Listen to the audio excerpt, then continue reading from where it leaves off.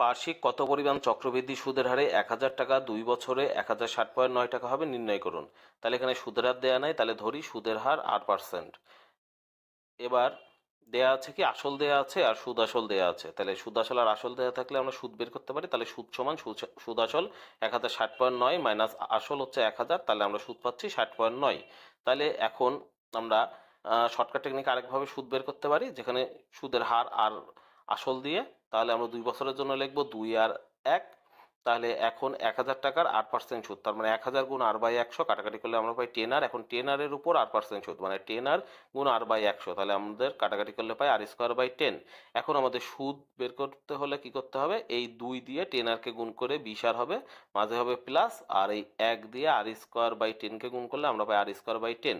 তার মানে আমরা সুদ পাচ্ছি 20R প্লাস R²/10। তার মানে এই সুদ সমান সমান আমরা লিখতে পারি এই সুদ।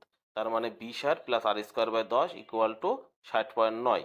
তাহলে এখানে 10কে আমরা লসাগু হিসাবে নিলে 20 দিয়ে 10কে গুণ করলে আমরা পাই 200R plus R²/10 equal to 609/10। নিচে 10 বাদ চলে যায়, তাহলে আমরা R²-কে আগে লিখলাম, 200R থাকলো, 609-কে মিডিল টার্ম করার জন্য আমরা বাম পাশে নিয়ে গেলাম।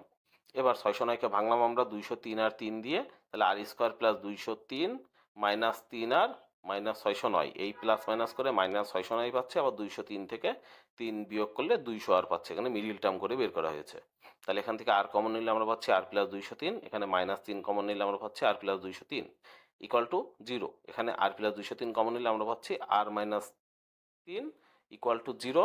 তাহলে এখানে R প্লাস 203 সমান 0 অথবা R মাইনাস 3 সমান 0। এখন R প্লাস 203 সমান 0 হলে আমরা পাচ্ছি R সমান মাইনাস 203, কিন্তু সুদের হার কখনো মাইনাস হইতে পারে না, তাতে R সমান 3%ই হচ্ছে নির্ণয় সুদের হার।